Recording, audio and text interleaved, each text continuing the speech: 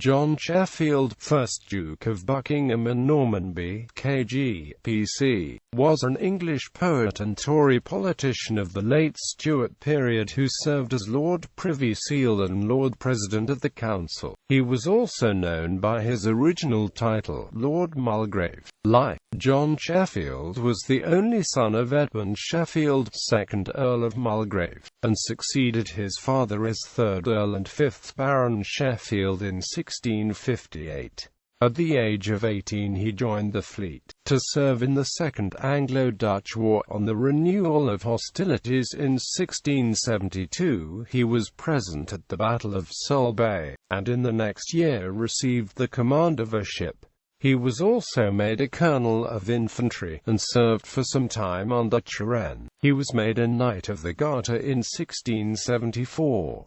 In 1680 he was put in charge of an expedition sent to relieve the town of Tangier. It was said that he was provided with a rotten ship in the hope that he would not return, but the reason of this abortive plot, if plot there was, is not exactly ascertained. At court he took the side of the Duke of York, and helped to bring about Monmouth's disgrace. In 1682 he was dismissed from the court, apparently for putting himself forward as a suitor for the Princess Anne. But on the accession of King James II, he received a seat in the Privy Council, and was made Lord Chamberlain.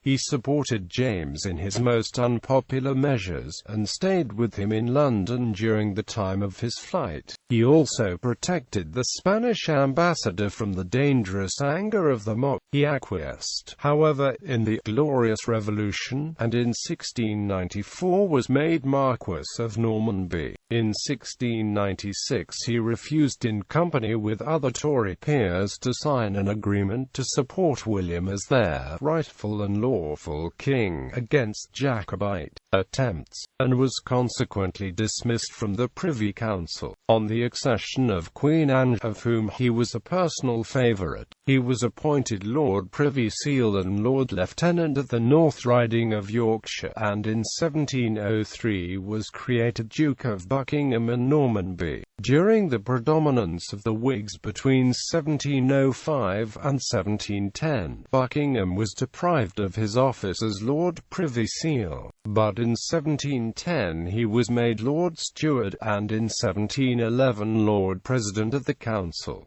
After Queen Anne's death he was not reappointed. He died on the 24th of February 1721 at his house in St James's Park, on the site of the present Buckingham Palace. Buckingham was succeeded by his son, Edmund, on whose death the titles became extinct. Family. He married, firstly, Ursula Stawell, daughter of George Stawell and Ursula Austen, on the 18th of March 1685 in Littlecote Chapel, Ramsbury, Wiltshire, England. He had an illegitimate daughter.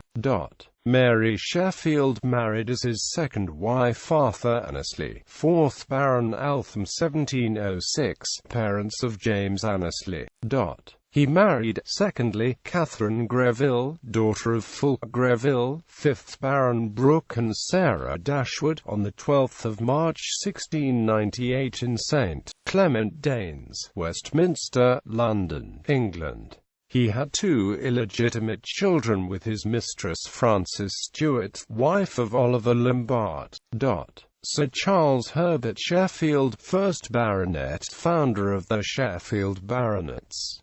Catherine Sophia Sheffield. He married, thirdly, Lady Catherine Darnley, an illegitimate daughter of James II of Great Britain, and Catherine Sedley, Countess of Dorchester, on the 16th of March 1705 in St Martin-in-the-Fields Church, Covent Garden, London, England.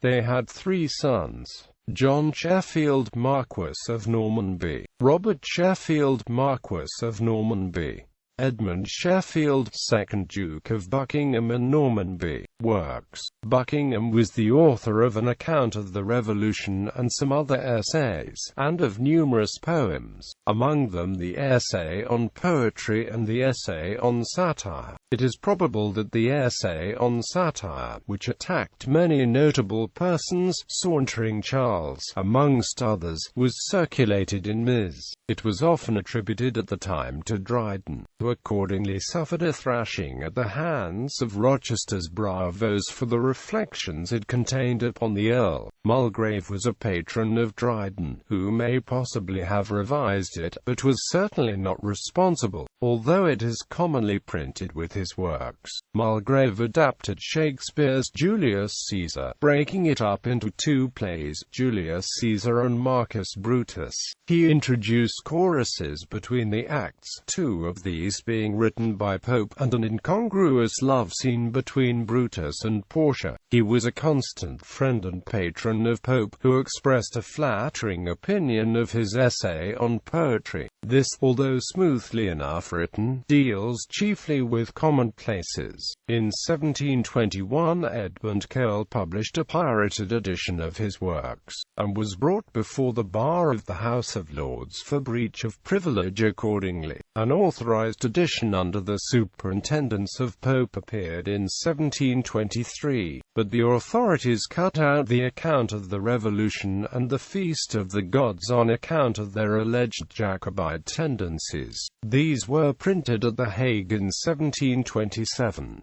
Pope disingenuously repudiated any knowledge of the contents. Other editions reappeared in 1723, 1726, 1729, 1740 and 1753. His poems were included in Johnson's and other editions of the British poets.